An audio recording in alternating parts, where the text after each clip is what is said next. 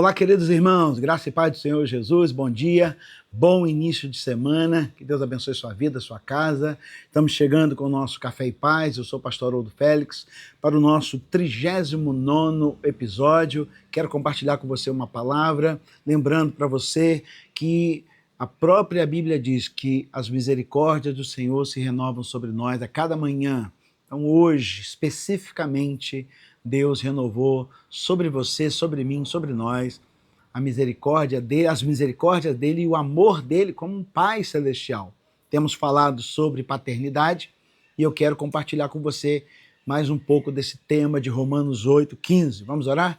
Louvado seja o teu nome, Pai. Obrigado, Jesus, por mais um dia e uma semana que se inicia. Pedimos que o Senhor nos abençoe, nos instrua e guarde, ó Deus, os nossos pés, nossa mente, o nosso coração nas tomadas de decisões dessa semana.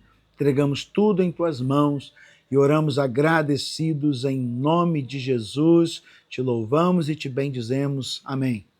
Muito bem, Romanos 8:15 diz: porque não recebeste o espírito de escravidão para outra vez estardes em temor, mas recebestes o espírito de adoção de filhos, pelo qual clamamos, Abba, Pai. Eu disse para os irmãos e para todos aqueles que acompanham a gente no nosso Café e Paz, que a paternidade de Deus se estende desde os altos céus, porque nós somos herdeiros de Deus e co-herdeiros com Cristo.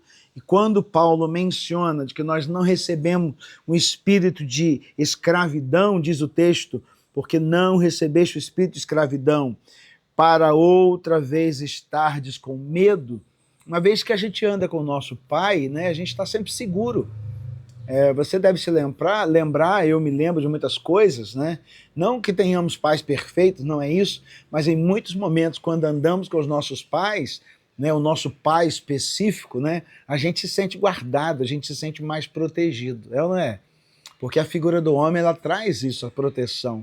Por isso, quando a gente observa, que eu já tenho falado aqui, falei inclusive nos últimos cafés, é que quando nós vemos uma criança que é muito arredia, uma criança que é muito agressiva, um jovem que não sabe tomar decisões, que é agressivo em todos os seus contextos, que há meninas que são muito carentes, é a ausência da paternidade, né?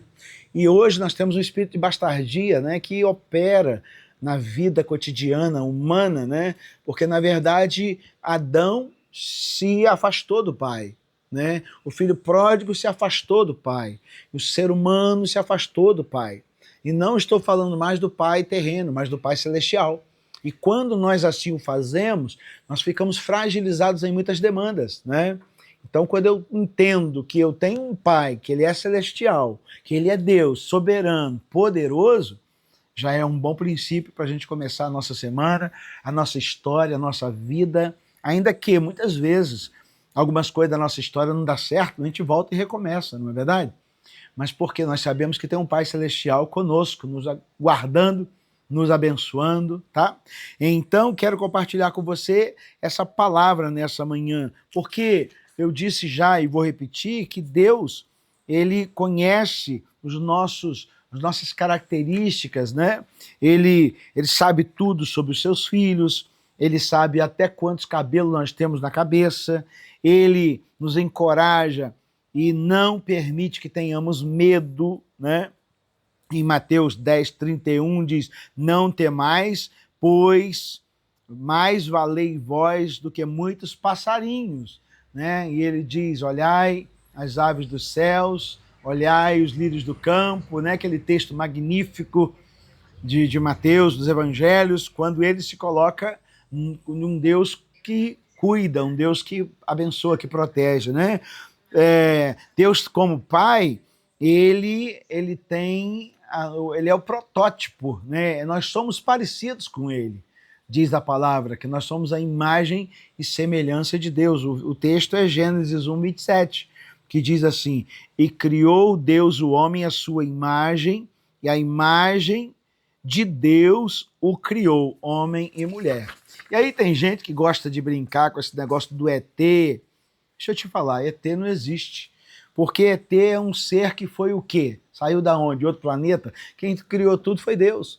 Eu gosto de filmes, e a gente leva na brincadeira, né? Acho interessante aquela coisa, mas o ET não existe, nunca vai existir, né? Nunca se provou, nunca vai se provar, né? Pelo contrário, há a possibilidade até de serem seres espirituais que estão manipulando a mente de muitas pessoas, tá? Toma cuidado com isso, porque se cria até uma religião em torno disso, né?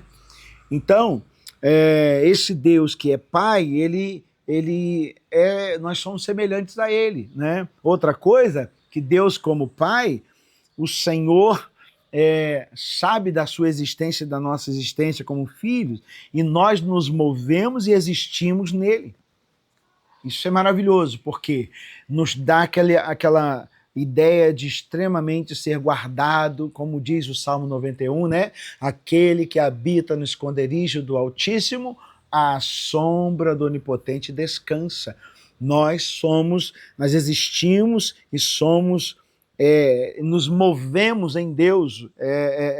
Atos 17, 28, que diz assim, porque nele vivemos e nos movemos e existimos.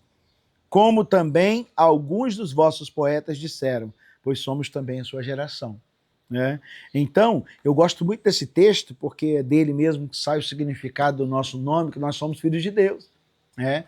E acreditar que nós nos movemos nele, que existimos nele, nos dá uma semana abençoada. Sabe por quê? Eu preguei na igreja há pouco tempo e disse, quando nós somos filhos de Deus, tudo que é meu é dele, tudo que é dele é meu. Né? Tudo que é dele é meu. E ele diz que nós somos co-herdeiros com Cristo e herdeiros de Deus. Não é? Então você tem herança. Você é filho de Deus. Por isso tenhamos consciência de que Deus te conhece mesmo antes de você existir. Olha que texto maravilhoso. Vou ler para você. Jeremias 1, verso 5.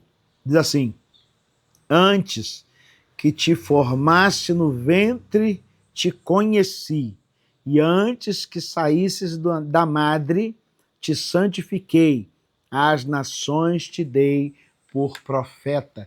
Deus falou isso com Jeremias. Olha só como é perigoso esse negócio do aborto hoje em dia, né?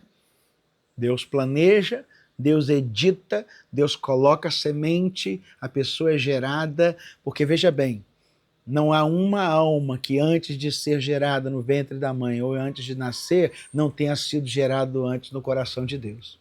Você, antes de nascer, antes de ser gerado, foi gerado no coração de Deus. Por isso nós nele existimos, nele habitamos e é dele que nós necessitamos e precisamos da parceria, do cuidado e da proteção. Que essa semana a sua consciência seja relembrada de que Deus te conhece mesmo antes de você existir. E você viverá nele e eu nele também. Estejamos nós atentos a essa verdade. Que Deus te abençoe, te guarde e te conduza a pastos verdejantes, como diz o Salmo 23. Vamos orar? Louvado seja o teu nome, Pai, mais uma vez. Obrigado pela tua presença e tua palavra. Abençoe a nossa semana, o nosso dia. Guarda a minha casa. Unja os umbrais da minha casa com teu sangue. Repreenda o inimigo da minha alma, Senhor. Em nome de Jesus. Amém. Deus abençoe. Esse foi o episódio Café e Paz 39. Que Deus abençoe sua vida. Fiquem na paz do Senhor.